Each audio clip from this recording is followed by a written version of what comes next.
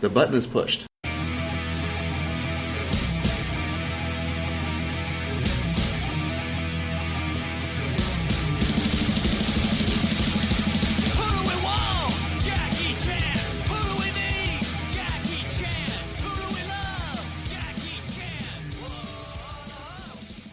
We are here at Momocon 2013 with the Awesome Cast and the Chainsaw Buffet. Hello. With the amazing and wonderful Mark Meer. Oh, hello. Thank you for using those adjectives. Well, you did ask. Well, thank you. Thank you. As requested, those adjectives were used. So, Your Excellency. Yeah, thank you. You probably know him as Commander Shepard from Mass Effect, but he's also done other roles in BioWare games and other things. Mm-hmm. So let's get straight brass tacks. What everyone always wants to know, how you land the role of Commander Shepard. And I don't want to hear, oh, well, I talked to my agent and they got me an interview and the interview went well and so I got the job. No, I want to hear the truth. And by the truth, I want lies. Where the bodies are buried, who'd you have to sleep with, what dogs you had to eviscerate, the real deal. I had to sleep with some dogs, to be honest. No, I didn't have to sleep with anyone. It was sadly, the standard, I went to an audition. But I guess it goes back, a number of years before Mass Effect. My very first work with BioWare was around 1999, 2000 in the Baldur's Gate games. It was in Baldur's Gate 2 specifically. And, my first work with BioWare was a single line in the final cutscene of the game. So you had to beat the entire game just to see me as an evil cleric plotting briefly, and saying one line. However, the guys at BioWare kind of noted that, I was like a Dungeons & Dragons player, that I was a geek myself, and we sort of had a shorthand. So they were able to, call me in for like Neverwinter Night stuff and Baldur's Gate things, and be able to put me in the booth and go, okay, this guy's a 15th level paladin, and I'd go, oh, okay, so he's lawful good, he probably has a Holy Avenger, that kind of thing. So I think being a nerd kind of helped me get more and more BioWare work. And so, the next game that I did after that was, Baldur's Gate Throne of Baal. Got to play Cyric, the god of murder. That was thrilling for me because, I was a Dungeons & Dragons player. I'd read Forgotten Realms books, and I knew who Cyric was. So to actually get to play him was pretty neat. And they just kept calling me back for work on Jade Empire. I did demo work on Knights of the Old Republic. When it came to Mass Effect, I was actually already working on the project before I got cast as Commander Shepard. I was, the guy who was determining how all the alien races would sound. And this is just in like the concept art stage. Like this is just like looking at, pictures of Solarians and Turians and deciding how the various alien races would sound. And so I'm the reason that, for example, the Volus have that wheezy sound and, some of it is fairly self-explanatory. Like, yeah, Krogans are probably going to have big, deep, guttural voices, that kind of thing. So during that process, I was asked to audition for the lead, and I'll be honest, I didn't think I was going to get it. I thought, well, that's all well and good, but we all know that I'll just end up doing aliens and monsters like in all the other games. And then I got a callback, and, again, I didn't think much of it. It's like, all right, I'll do this callback, and then we'll get on to the aliens and monsters. And I kept getting another callback, and eventually was cast, and no one was more surprised or pleased than I was. And that said, I still got to play aliens and monsters, too, so. Yes. One of your bios said you'd been with Rapid Fire Theater since like 1992. Mm-hmm. How long have you actually been doing improv, and how did you get started doing that? Well, improv was something that I came to later than most folks, because a lot of folks do improv in high school, in drama class and things like that. But I didn't take drama in high school. My school didn't offer it as an option. I went to school in a small town, and I even had to take art by correspondence. So improv was foreign to me. I didn't really know. I was a huge fan of like sketch comedy, SCTV, Monty Python. But I didn't really have any improv experience at all. It was a show that I did when I moved to Edmonton, called, it was at the Teen Festival of the Arts. It was a sketch comedy show that was being cast and directed by a established Edmonton comedy troupe called Three Dead Trolls in a Baggie. They had their own show on CBC for a while. And they were casting teens, in this show that the teens would write and perform in and they would direct. And this was basically, my gateway into improv because I got cast in this show and improv was recommended as a great way to generate material for sketch comedy, and they referred us to Rapid Fire Theater. And once I started doing improv, I just loved it and really never looked back. So, that's still what I do most, improv theater. So, You play D&D. I play D&D. Which is your favorite version? I'm an old school guy. Because I'm old. Second edition, was the one that I tended to play. I played back in the days of like Unearthed Arcana when comeliness was still a stat, so yeah, I've been playing since like first edition. I guess I never really, I haven't played fourth edition yet. I got up to about 3.5. And again, I didn't even play that much 3.5, but I'm the kind of guy who, when new systems come out, I just buy the rule books and read them, even though I never play the game.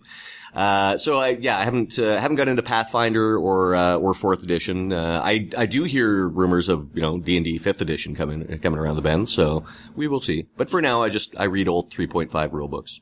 And it's funny, actually, I just worked on, the Baldur's Gate Enhanced Edition from Overhaul Games, and it was, Baldur's Gate was some of my first video game voice work ever, so it was kind of cool to come full circle, go back to the Forgotten Realms.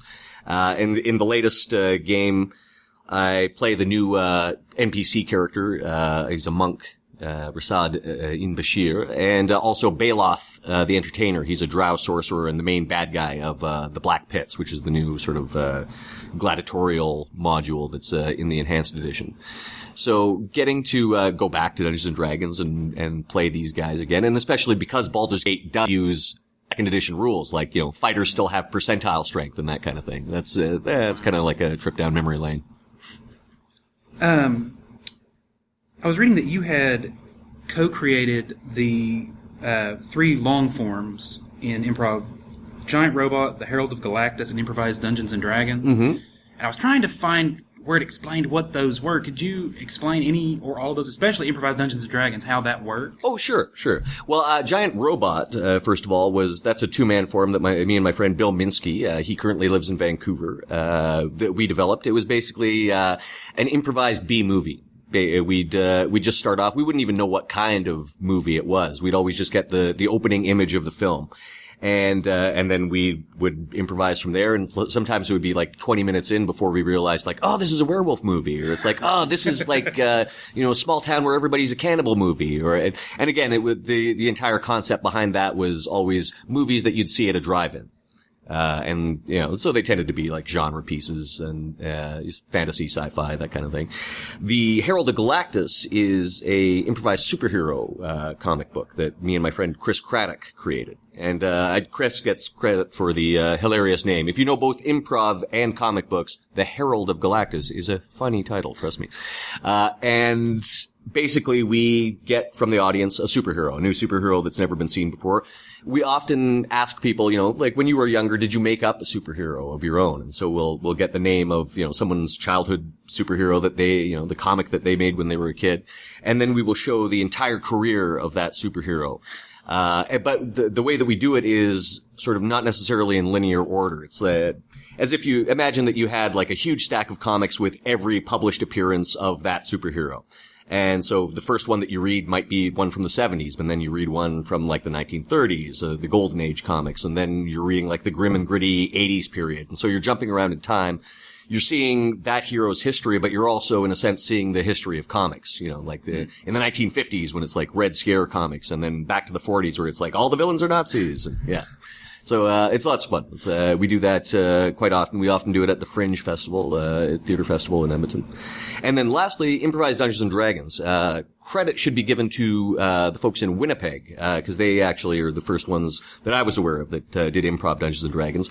Our format is a little different. They go all out. They have like full costumes and paper mache monsters and all kinds of things like that. Ours is a little different. I wanted to I'm the dungeon master in our version, the version that Rapid Fire Theater does.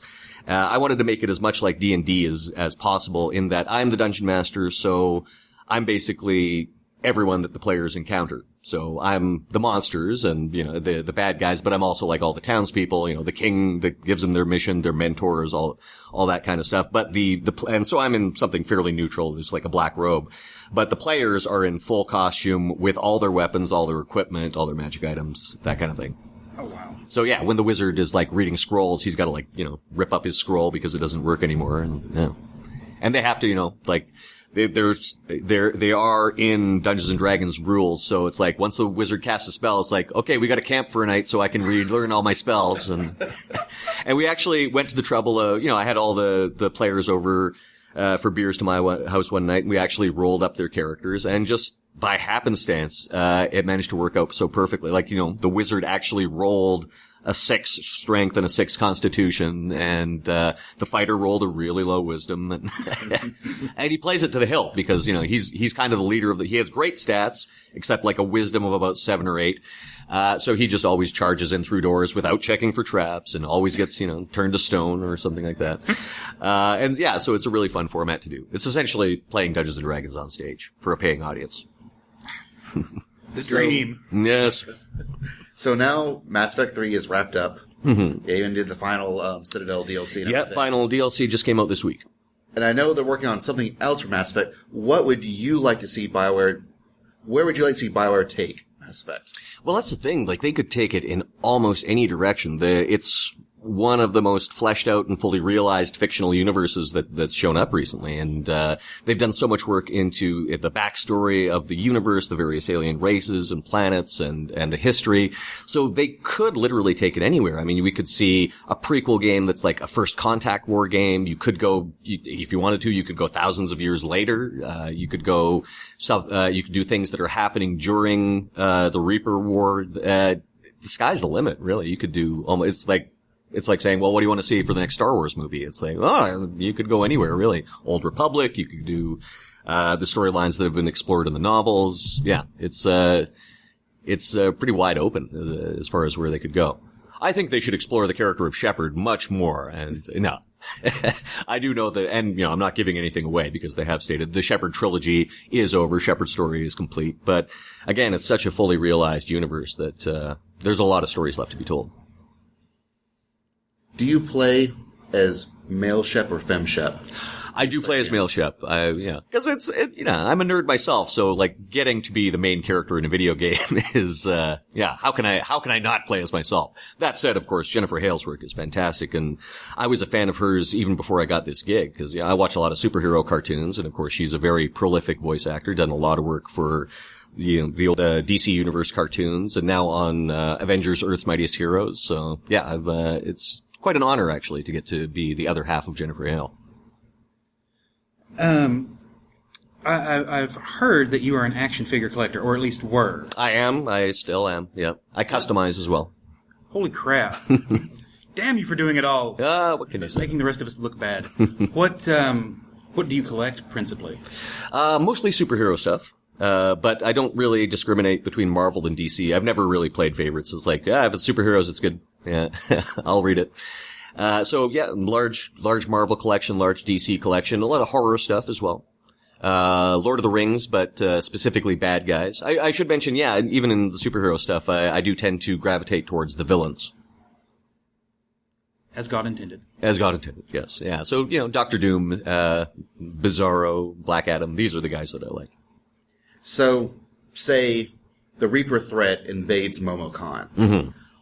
Who would you pick from the convention to be your crack team to take out the Reaper threat? Well, I would be remiss if I did not include Jennifer Hale and Steve Bloom. So, they are my castmates, so I'd have to include them. They probably know as much about Reapers as I do, so. And then and also, I'm also friends with the fine folks from Archer, Lucky Yates and Amber Nash. So yeah, I'd throw them on the team too. Yeah, definitely. So, important question: your favorite candy and or sweet? Favorite candy and or sweet? I'm usually more of a savory guy. I'll usually go for a bag of chips as opposed to a chocolate bar. But I've got actually I quite like flake bars. They're a British confection. They're very messy to eat, because they're just flaky chocolate. I like those. And, anything fun size, because, hey, it's fun. It's the size of fun. You are a self-professed nerd geek, mm-hmm. and don't take this the wrong way, also a handsome person. Oh, well, thank you. Please. How do you manage to hold those two things in tension, since they are so diametrically opposed? I'm just a geek, and if people think I'm handsome, I don't know. It's like, hey, that's your problem. So you don't meet people and they're like, hey, that guy's nice. I and then don't you know. say something nerdy and they're like, oh, I have misjudged. I don't know. I guess I don't think of myself as a handsome guy. I don't know. I'm just, this is what I look like. Swear I'm not. I do know that I am a geek, though, because, I could try to deny it, but my action figure collection would say otherwise. And finally, and I know this is something that he's not here, but John always likes to ask: is there any cause or charity or anything that you really like to support that you're really gung ho about? Causes and charities. Yeah, I mean, I've done in the course of working on Mass Effect, I've come in contact with a couple of charities that I've done some work for and raised some funds for. There's Child's Play, which is quite a worthy cause. They raise money for sick kids. They basically to provide video games and entertainment for kids that are in hospital, and also Gamers for Sandy Hook. That's a charity that I've been involved with recently. This was after the Sandy Hook tragedy.